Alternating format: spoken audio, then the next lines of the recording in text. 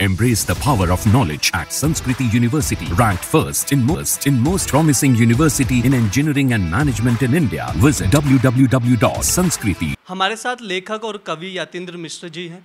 अयोध्या से आते हैं। अयोध्या की संस्कृति और जो संगीत है, समाज है, उस पर गहरा अध्ययन किया है। काफ़ी कुछ उस पर लिखा भी है, किताबें भी अलग अलग तरह से लिखी है।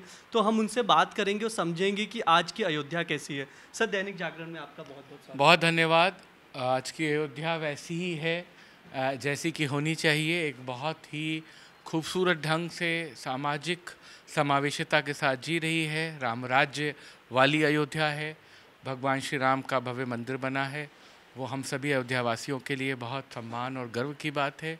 और सबसे बड़ी बात है कि जाति पाति मजहब लिंग वर्ग भेद सबसे ऊपर उठ करके सभी तरह की सामंजस्य और समावेशिता के साथ सब लोग रहते हैं।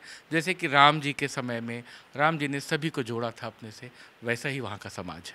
आप राज परिवार से आते हैं, तो राज परिवार से ये संगीत तक का सफ़र, कविताएं लिखना, ये कितना मतलब मुश्किल रहा? मुझे लगता है कि राज परिवार का होना और उसकी सफाई देना बार बार ज़रूरी नहीं है। जैसे आप कहाँ जन्म लेंगे और कहाँ जाकर आपकी मृत्यु होगी, आपके हाथ में नहीं होता।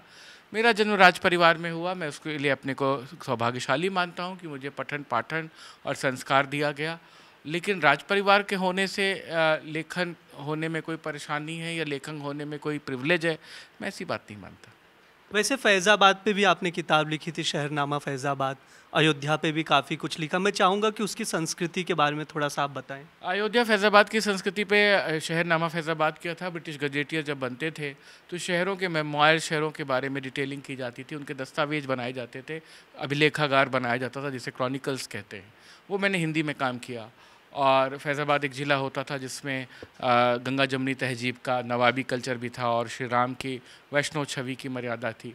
तो उस तरह से वो काम है। अयोध्या परंपरा संस्कृति विरासत जो बड़ी किताब है, वो अयोध्या के लुप्तप्राय मंदिरों, भग्नावशेषों, वहाँ की परंपरा, संगीत, वैदुष्य की जो परिपाटी है, वहाँ की नदियों, वहाँ पे लिखे गए ग्रंथों, वहाँ पे मानस गान, संगीत, वो जो भी परंपरा है, उन सब का समावेश है उसमें। इसके अलावा भी आपने लता मंगेशकर पर भी लिखी है किताबें और संगीत पर भी, उसको भी मैं चाहूँगा थोड़ा सा आप बताएं। लता जी की आधिकारिक जीवनी मैंने लिखी थी। मेरा ये सौभाग्य है कि लता जी ने मुझे अपना समय दिया।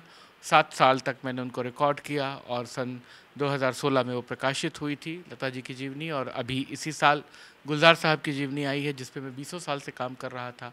और वो एक उनके जीवन और उनके सिनेमा पर एक अध्ययन है। आप लोग ज़रूर पढ़ें। मैं दैनिक जागरण और संवादी के पाठकों और दर्शकों से उम्मीद करता हूं कि लता मंगेशकर, गुलजार साहब, इन सब पर तमाम पुस्तकें पढ़ें। सिर्फ मेरी ही नहीं, उन सब साहित्यकारों को भी पढ़ें जिन्होंने मेहनत से काम किया है। शुक्रिया समय देने के लिए, हमसे बात करने के लिए। वैसे यतीन्द्र मिश्र के लिए कहा जाता है, जो भी इन्होंने लिखा अपने मन से लिखा, अपने दिल से लिखा।